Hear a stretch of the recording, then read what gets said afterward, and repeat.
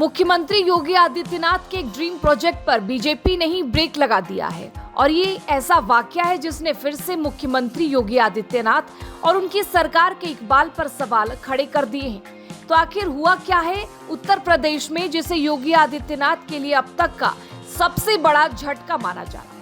आखिर सीएम योगी के सामने ये नौबत आई ही क्यों कि सियासी दुश्मन तो छोड़िए, उनके अपने भी उनके साथ गैरों जैसा व्यवहार करने लगे हैं। और अब इस चुनौती से उबरने के लिए योगी आदित्यनाथ का अगला कदम क्या होगा? मुख्यमंत्री योगी आदित्यनाथ ने उत्तर प्रदेश की विधानसभा में एक विधेयक पेश किया था। विधेयक नजूल की जमीन से जुड़ा हुआ था, जिसमें योगी सरकार का प्रस्ताव था कि नजूल की जमीनों पर सरकार का कब्जा होगा और सरकार उसे सार्वजनिक काम में इस्तेमाल करेगी। इसको लेकर विधानसभा में बीजेपी ही दो धड़ों में बढ़ती दिखी। बीजेपी के विधायक सिद्धार्थ नाथ सिंह और हर्षवर्धन वाजपेयी ने अपनी ही सरकार के विधेयक का विरोध कर दिया। इसके अलावा कुंडा के विधायक रघुराज प्रताप सिंह उर्फ राजा भैया ने भी इसका विरोध कर दिया। बीजेपी के सहयोगी दलों ने भी इस विधेयक का जमकर विरोध किया। विपक्ष तो पहले से ही विरोध में था। इसके बावजूद योगी सरकार ने इस विधेयक को विधानसभा से ध्वनि मत से पारित करवा लिया। विधेयक पास हुआ तो योगी सरकार को उम्मीद थी कि अब ये विधान परिषद से भी पास हो जाएगा, लेकिन विधान परिषद में इस विधेयक के पेश होने के साथ ही ऐसा हुआ जिसकी उम्मीद खुद मुख्यमंत्री योगी आदित्यनाथ ने भी नहीं की थी। हुआ ये कि विधान परिषद में इस विधेयक को सरकार की तरफ से केशव प्रसाद मौर्य ने पेश किया। अभी विपक्ष का कोई नेता इस विधेयक का विरोध करता, उससे पहले ही इस विधेयक का विरोध बीजेपी प्रदेश अध्यक्ष भूपेंद्र चौधरी ने ही कर दिया।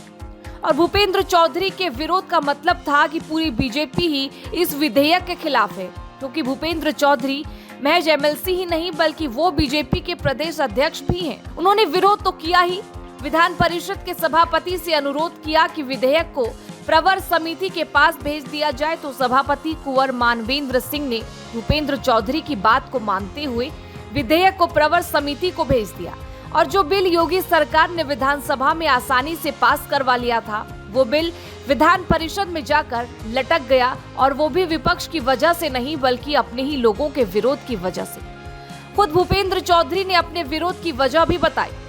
बाकी योगी सरकार के ही मंत्री और एनडीए के अहम सहयोगी संजय निषाद ने इस विधेयक के लिए योगी आदित्यनाथ के साथी अधिकारियों की नीयत पर भी सवाल खड़े कर दिए हैं और कहा है कि कुछ अधिकारी ऐसे हैं जो सरकार को ऐसे घुमा रहे हैं कि वोटर नाराज हो जाए। इसके अलावा एनडीए की एक और सहयोगी मिर्जापुर की सांसद और मोदी सरकार में मंत्री अनुप्रिया पटेल ने भी कहा है कि उत्तर प्रदेश सरकार को इस विधेयक को तत्काल वापस लेना चाहिए और इस मामले में जिन अधिकारियों ने गुमराह किया है उनके खिलाफ सख्त कार्रवाई होनी चाहिए। योगी सरकार के ही मंत्री ओम प्रकाश राजभर ने भी इस विधेयक पर विचार करने की बात कही थी और आखिरकार योगी सरकार का वो विधेयक लटक गया जिसे विधानसभा से बकायदा पास करवा लिया गया था। अब भले ही बीजेपी के नेता और सहयोगी इस बिल की खामियां गिनाएं, प्रदेश अध्यक्ष भूपेंद्र चौधरी चाहे जो वजह बताएं, लेकिन सवाल तो फिर से वही हो गया है कि क्या अब उत्तर प्रदेश में मुख्यमंत्री योगी आदित्यनाथ का इकबाल घट गया है?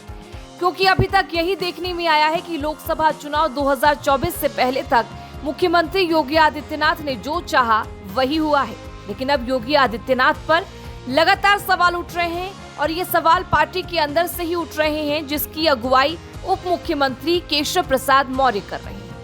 पिछले दिनों केशव प्रसाद मौर्य ने कहा था कि संगठन सरकार से बड़ा होता है और ये बयान राष्ट्रीय अध्यक्ष जेपी नड्डा, प्रदेश अध्यक्ष भूपेंद्र चौधरी और सरकार के मुखिया योगी आदित्यनाथ की मौजूदगी में दिया गया था। तब इस बयान को लेकर संगठन बनाम सरकार की लड़ाई पर खूब बातें हुई थी, लेकिन अब तो बीजेपी प्रदेश अध्यक्ष ने ही सरकार के विधेयक को रोककर केशव प्रसाद मौर्य की उस बात को साबित कर दिया है कि बीजेपी में तो संगठन सरकार से बड़ा है। हालांकि कहने वाले तो ये भी कह रहे हैं कि ये पूरा मामला स्क्रिप्टेड है और योगी आदित्यनाथ को भी विधानसभा में विधेयक के पास होने के बाद अंदेशा हो गया था कि उनसे गलती हो गई है और इस विधेयक में ऐसे प्रावधान है जिससे आने वाले दिनों में लाखों लोग तो प्रभावित होंगे ही, बीजेपी का वोट बैंक भी प्रभावित होगा। लिहाजा इस विधेयक को अभी इस तरह से पास करके कानून नहीं बनने देना है। लिहाजा तय किया गया कि विधान परिषद में सरकार की ओर से केशव प्रसाद मौर्य इस विधेयक को पेश करें, प्रदेश अध्यक्ष भूपेंद्र चौधरी इसे प्रवर समिति को भेजने की सिफारिश करें और सभापति इसे प्रवर समिति को भेज दें।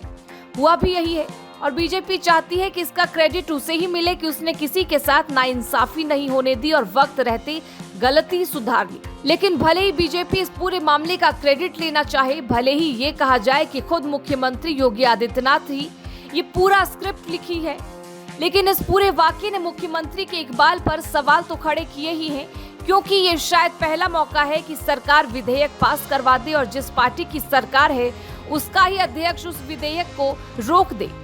बाकी रही सही कसर तो केशव प्रसाद मौर्य ने पूरी कर दी है। अभी गोरखपुर में कदावर नेता रहे हरिशंकर तिवारी के गांव में उनकी प्रतिमा वाली जगह पर बुलडोजर चला है तो केशव प्रसाद मौर्य ने कहा कि ये गोरखपुर वाले जाने, ये सरकार का मामला नहीं है। और गोरखपुर वाला कौन है, ये तो उत्तर प्रदेश की राजनीति को जानने वाला बच्चा जानता है। ऐसे में सवाल योगी आदित्यनाथ के सामने है कि वो क्या करेंगे।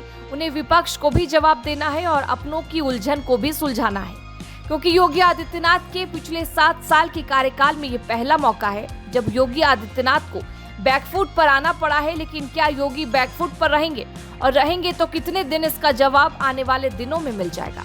क्योंकि पूर्वांचल में एक बार फिर से हिंदू युवा वाहिनी के सक्रिय होने की सुगबुगाहट मिलने लगी है, जिसके मुखिया कभी योगी आदित्यनाथ हुआ करते थे।